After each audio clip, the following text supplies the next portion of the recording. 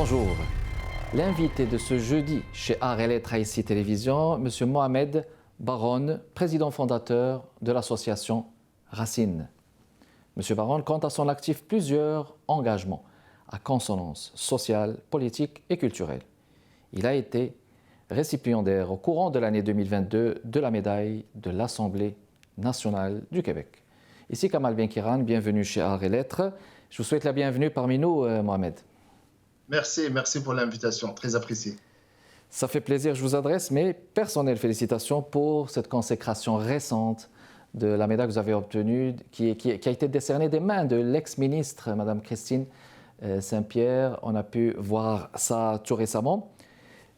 On parlait d'engagement, vous avez plusieurs engagements. Permettez-moi de les citer, on va dire de manière assez brève. Un engagement social, directeur général de l'organisme Repère, à date, président fondateur de l'association Racine, président de la Confédération des organismes familiaux autonomes du Québec 2018 à 2021, membre du CA Alliance des communautés culturelles pour l'égalité, membre du CA de Fédération des associations des familles monoparentales recomposées du Québec de 2014 à 2016, membre du CA de solidarité à Antique, coprésident des habitations Tongo. Vous avez été aussi, vous êtes présenté aux élections aussi candidat dans les provinciales 2018, membre de la commission politique nationale, du comité de la direction, du comité de gouvernance et de ressources humaines, des engagements au niveau de la radio, membre de l'association des journalistes indépendants.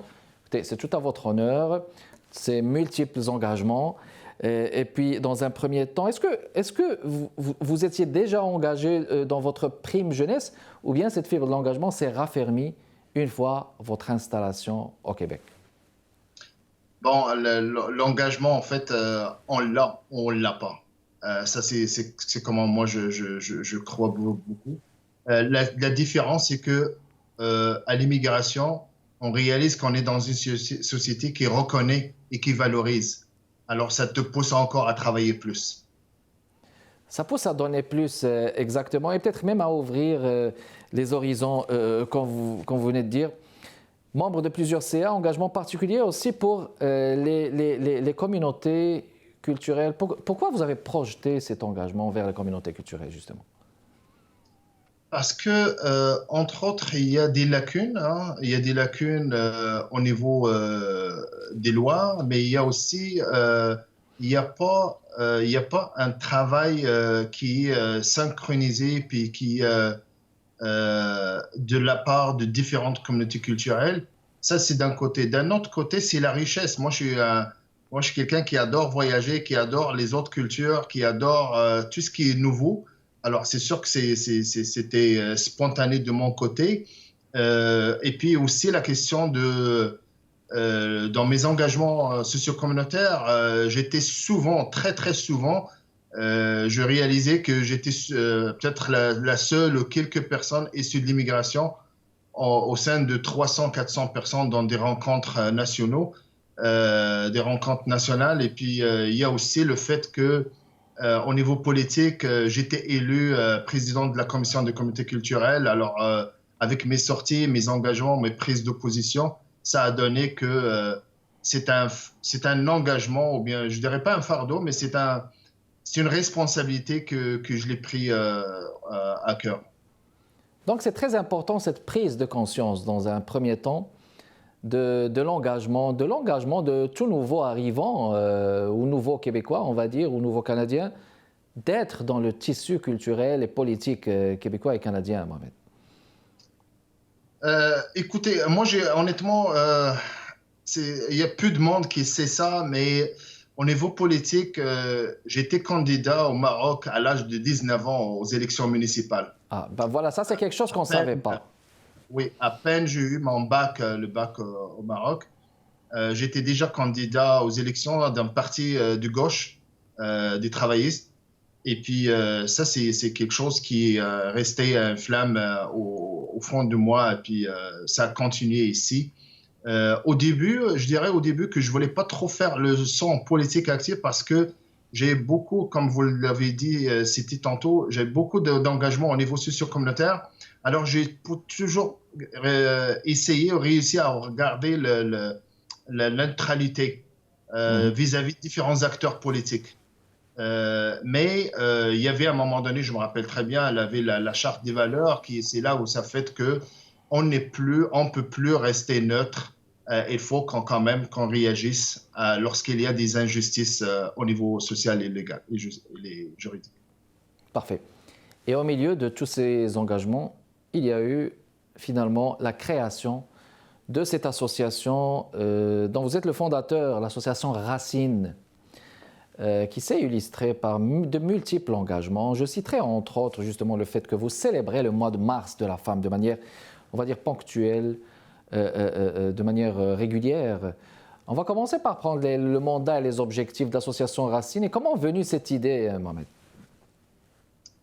Ben, l'idée, en fait, parce que, comme vous l'avez cité aussi, je suis impliqué dans le milieu socio-communautaire depuis plus qu'une vingtaine d'années. Alors, les enjeux, je commençais à les remarquer, à les voir sur différentes formes, différents regroupements, comités, mes engagements, les lacunes et les dysfonctionnements des familles issues de la communauté maghrébine. Et ça commence à créer des malaises et même des préoccupations chez les partenaires sociaux. Et là, on ne voyait pas, souvent les collègues, ils disaient, on n'a pas avec qui on peut parler. On n'a pas un groupe de confiance avec qui on peut parler, avec qui on peut tisser des liens. Et alors là, j'ai vu mes collègues de la communauté haïtienne qui faisaient des initiatives, qui ont réussi quand même à tisser des liens de confiance avec les acteurs sociaux. Et là, je parlais avec des collègues que je connaissais dans différents engagements, des avocats, des médiateurs, des psychologues, comme quoi on a un mandat moral de faire quelque chose. On est en mesure, on travaille dans le milieu, on peut faire quelque chose. Et c'est là l'idée, en fait, c'est vraiment pour répondre d'abord à des lacunes, pour répondre à des attentes de nos collègues, de nos partenaires dans le milieu santé et services sociaux. Et ça a pris un an de réflexion, parce qu'on ne voulait pas le faire vite et que ça tombe à l'eau après. Ça a pris un an de réflexion et de pousser la réflexion. C'est quoi la mission, les objectifs, les attentes, long terme. Et en 2017, en fait, c'était la création officielle de Racine. En 2017, avec et la réflexion a commencé en 2016. En 2016, avec une réflexion poussée. Très bien. On va juste faire une pause et on revient dans les prochaines minutes, mesdames et messieurs. Notre invité d'aujourd'hui, Mohamed Baron, fondateur de l'association Racine. Restez avec nous.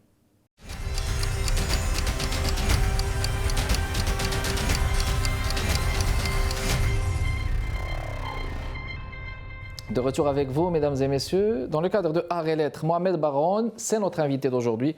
Plusieurs engagements au niveau socio, politique, communautaire, culturel, et puis récipiendaire de cette médaille de l'Assemblée nationale. On rend hommage aux gens qui sont engagés ainsi. Parler de l'association Racine, Mohamed. Bon, est-ce que cette association s'est dévouée en quelque sorte aussi au Maghreb, Maroc, Algérie, Tunisie, les gens qui sont nouveaux arrivant à ce niveau? Est-ce que c'était ça l'idée de pouvoir être rassembleur à ce niveau et dire que pas les originaires du Maroc qui se distinguent par rapport? Est-ce que vous avez voulu rassembler les Maghrébins à ce niveau? En fait, il y a une réalité en ce qui concerne ça. Carrément au début, la réflexion c'était pour la communauté marocaine. Okay. Sauf que les acteurs politiques et santé et services sociaux, ils mettent le Maghreb au complet dans le même catégorie. Au niveau statistique, au niveau orientation, au niveau problématique, c'est Maroc, Algérie, Tunisie. C'est pareil. Lorsqu'on fait on présente des projets ou des orientations, ça vise le Maghreb au complet. Alors, c'était clair.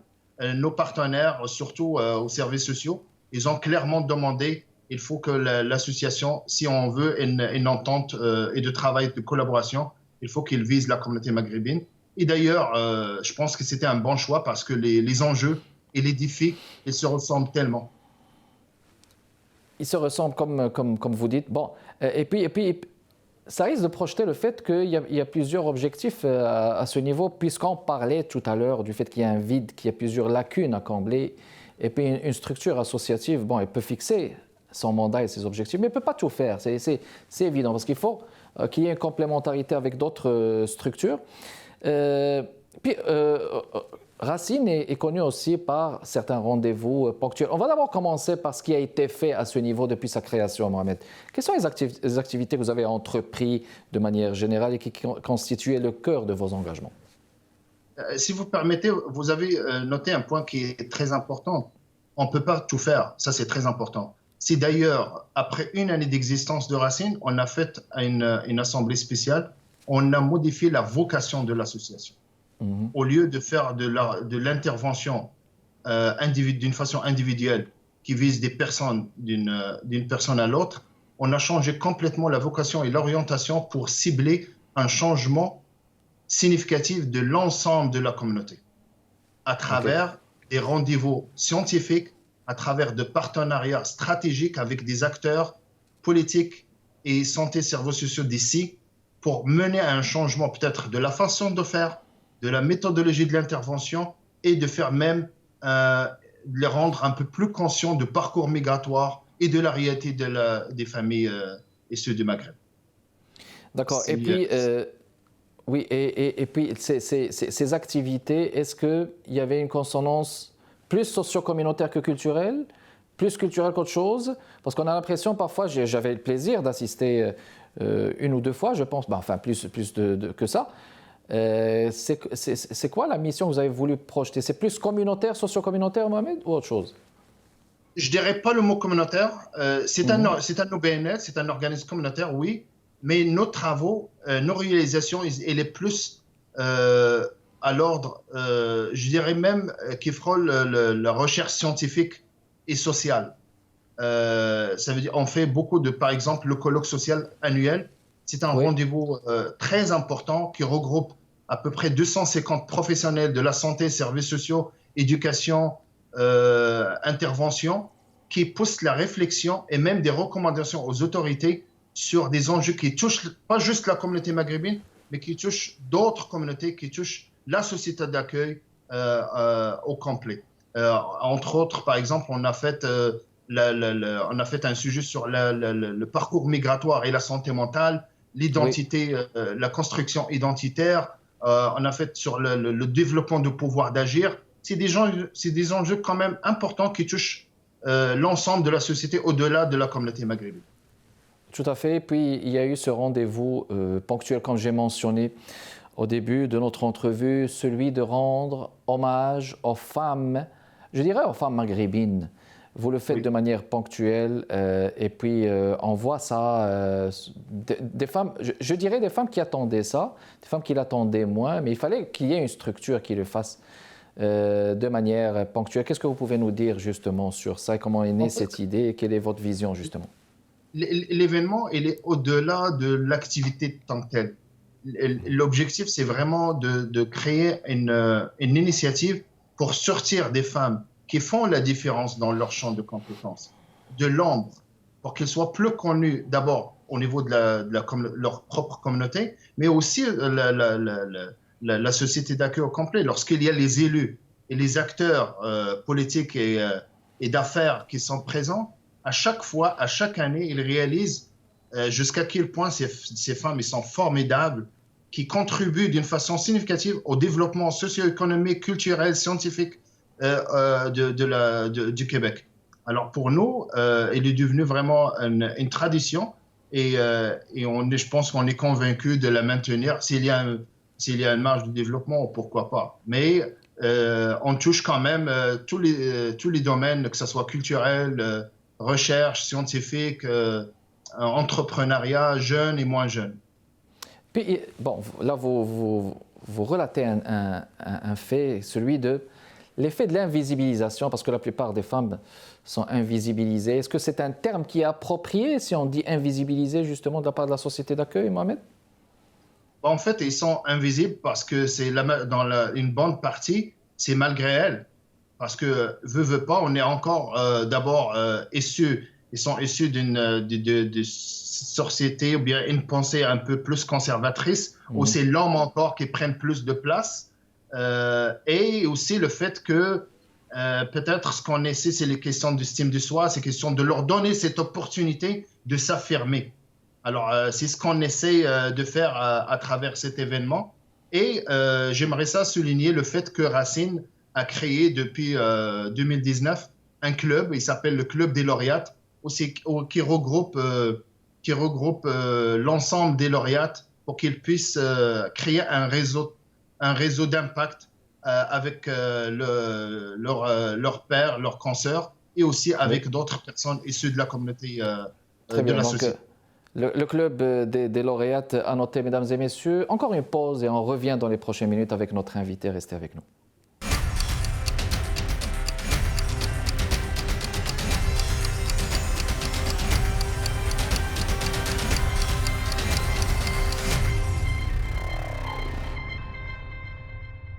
De retour avec vous, mesdames et messieurs, pour continuer notre discussion avec Mohamed Baroun, fondateur de l'association Racine. Là, on parle d'association Racine. C'est une association là qui fait beaucoup de choses, non seulement pour la communauté des Marocains du Canada, mais celle du Maghreb et aussi celle des communautés culturelles, on va dire en général. Oui. Le focus est fait là-dessus. Parlons du bilan, Mohamed. Vous, comme fondateur, est-ce qu'il y a un bilan que vous pouvez faire jusqu'à maintenant du cheminement de l'association Racine? Ben, il faut quand même souligner que Racine, jusqu'à maintenant, il fonctionne avec peu de moyens, au niveau financier, bien sûr, mais la volonté est là, le réseau, la confiance des partenaires a soutenu plusieurs réalisations majeures. On a parlé de la Journée de la femme, on a parlé du colloque, mais il faut quand même que je souligne des ententes stratégiques avec plusieurs instituts de recherche, avec plusieurs universités, avec la ville de Montréal, avec le gouvernement qui soutient le colloque chaque année. C'est pas donné, c'est pas facile pour qu'un petit organisme ait toute cette reconnaissance et cette notoriété. Et il y a aussi plusieurs projets en cours. Exactement. C'est parce qu'à un moment donné, ce que je voulais dire, c'est qu'il faut aussi préconiser des issues et des solutions à présenter, n'est-ce pas?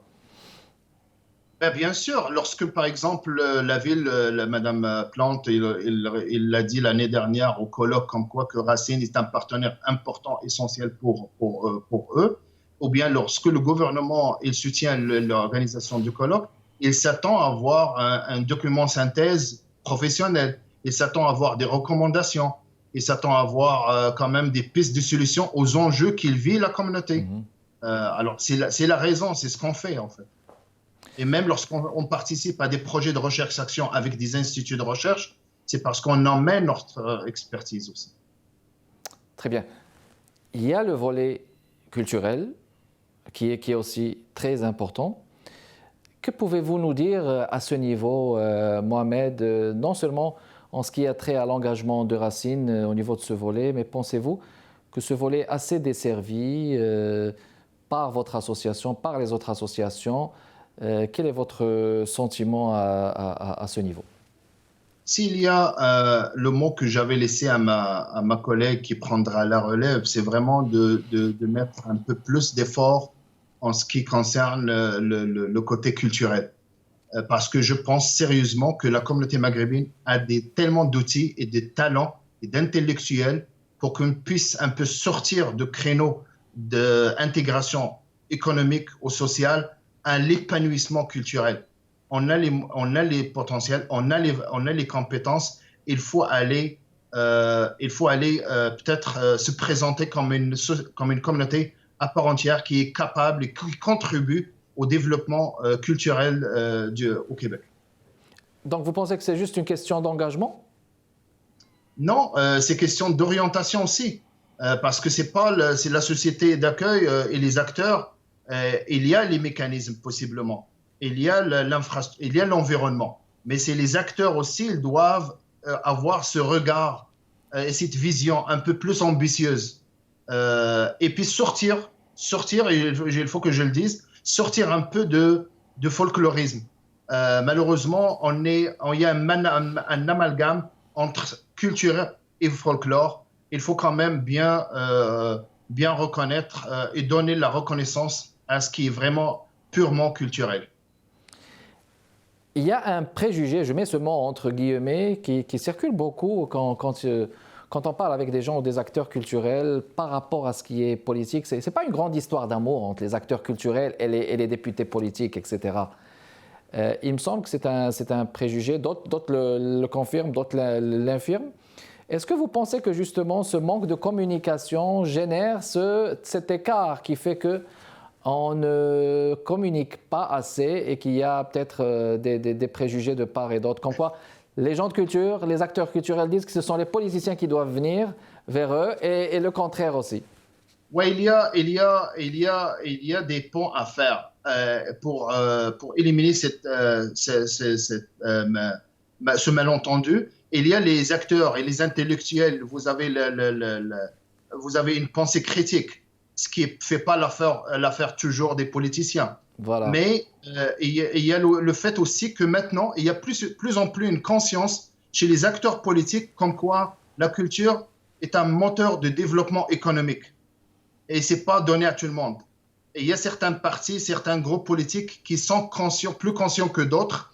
Mais la réalité, et c'est vrai, que la culture, et ce n'est pas juste pour dépenser, mais c'est un moteur de développement économique aussi.